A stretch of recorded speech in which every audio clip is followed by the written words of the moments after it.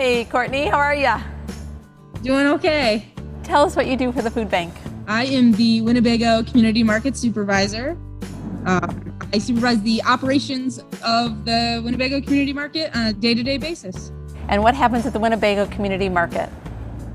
We serve a lot of households every week. Our number right now is about 1,400 families come and visit us. They can shop once a week. And with our wonderful volunteers and staff, we load up their cars right now full of fresh, nutritious groceries. We have been going through an unprecedented time with the pandemic and the recession and the racial reckoning. I've seen the numbers of what is happening out there. Lots of food going out to lots of families. You shared with me a pretty impressive stat from June about the families you were able to serve. Will you share that with us? Yes, in the month of June, we served around 6,000 households, which equated to almost 20,000 individuals. I wanted to ask you to share with us a little bit about what it is that motivates you. I know what it's like to go to bed hungry and knowing you're going to wake up and still be hungry the next day. I was raised in the south side of Chicago by a single mother. Things were pretty unstable. We were homeless quite a few times. In order to get food, I kind of went around town and looked at people's gardens and kind of helped myself to food from their garden. So one night I was out there helping myself to some tomatoes and all the lights turned on and I thought for sure I was in a lot of trouble. And a very kind elderly woman came out of her house. She pointed to the right side of the garden and she told me to get the cucumbers over there because they just came in and they're probably really fresh.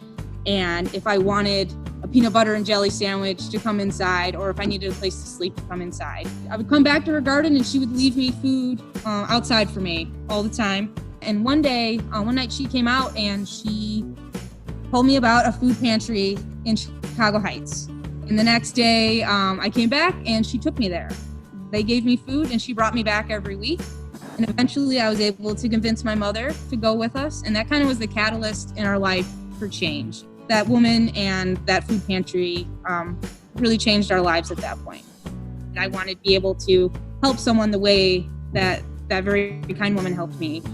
She's just so generous, and I want to emulate her, and I want to give back, and I want to just look at everyone individually and be able to help as much as I can. What do you think it is that you bring specifically to the food bank? We've been talking about superpowers. I have the ability to remain self-aware of what's happening with myself, to use empathy as my superpower.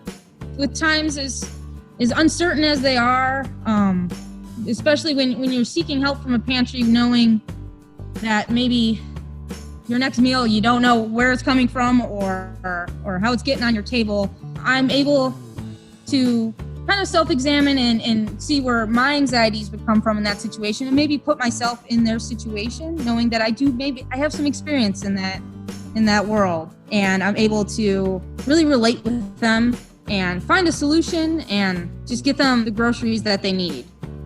Thank you so much, Courtney. I appreciate you Zooming with me from Rockford in the middle of a distribution. Yes. Thank you for everything you do for us. We are very, very grateful. Thank you.